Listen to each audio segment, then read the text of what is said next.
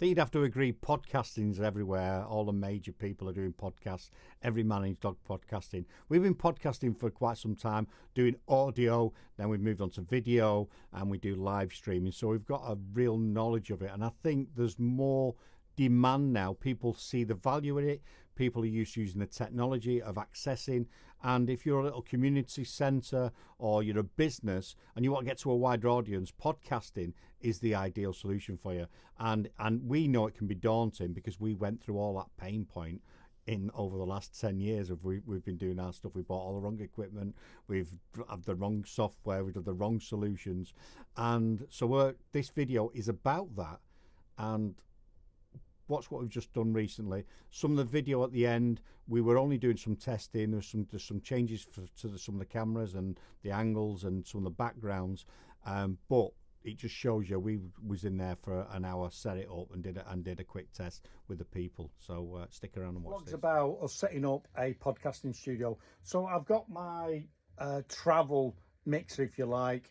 I'm taking an Osbot so I can video it all. I'm doing something for them in a minute, and then I've got one or two computers, so I'm not taking. I'll take mine, but they've got their own computer, and we're doing a trial run because they've got a very important interview panel about.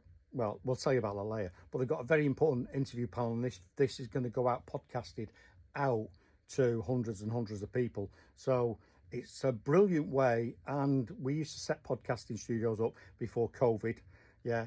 And now we think even more people now understand the importance of podcasting. I've been doing audio podcasting for about 12 years. Now I do live streaming. Way to Manchester, buzzing. Going to put in a podcasting solution and show them what they should be getting for this podcast that they do, which is quite an important one. So, yeah. Further on, we'll show you what we're doing. So I just thought I'd bob in while I'm on my way up there. So stick around.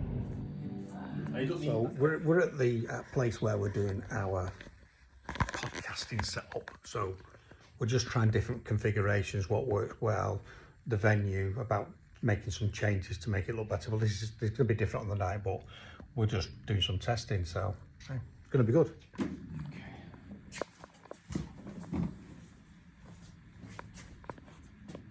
Neighbourhood centre, and we're here setting up a podcast, and we've got the centre manager, I think, is that right?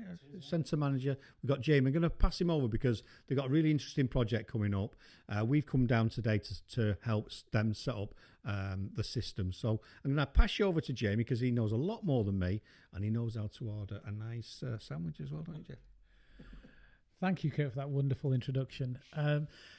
I think it's fair to say that we're starting a really exciting project here, and what we're looking to do is deliver, in the first instance, a talk about the recent assisted dying bill and where things are up to, and we have a number of guest note speakers, which we're really looking forward to coming along to give a talk. We'll be using this as a platform to further educate our Didsbury community members with a series of other talks that are related to topics such as palliative care, wills and estate planning. We want to try and make them accessible to Didsbury residents of any age to find out information on these topics, as well as being able to show some of our older members who aren't quite digitally as able as some of us younger people. I like to class myself as a younger person. In the hope that they can come here and see recordings of this, and maybe we can teach them how to digitally access things in future. So that's what we're hoping to do.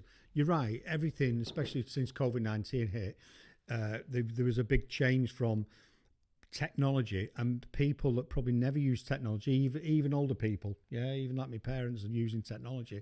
We were using Zoom or FaceTime. So it basically forced everyone to get into it. So I think there's more of a hunger for it now because people can see the benefit of being able to communicate online. And let's face it, if you become infirm, that you sort of lost from the outside world, and a platform like this is absolutely brilliant because you can get to people that are on their own, need help, and even just a discussion like on a podcast.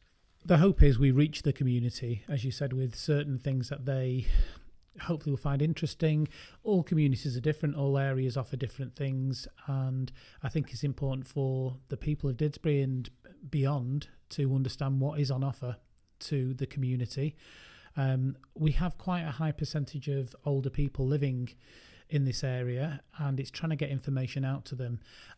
When I say getting information out to them, it's not necessarily directly to an older person, but their support network, their family, support organisations. So. Hope you enjoyed that. And if you're there going, we'd love to do something, we'd love to do a podcast, but we just don't know what equipment to buy, what software to use, how to set it up, what it should look like, then drop us a DM or something and get in contact with us, because we'll happy discuss it with you, and then tell you what your budget is, what sort of costings it take you to, what sort of solution you're after, and we'll tailor something for you. So just give us a contact.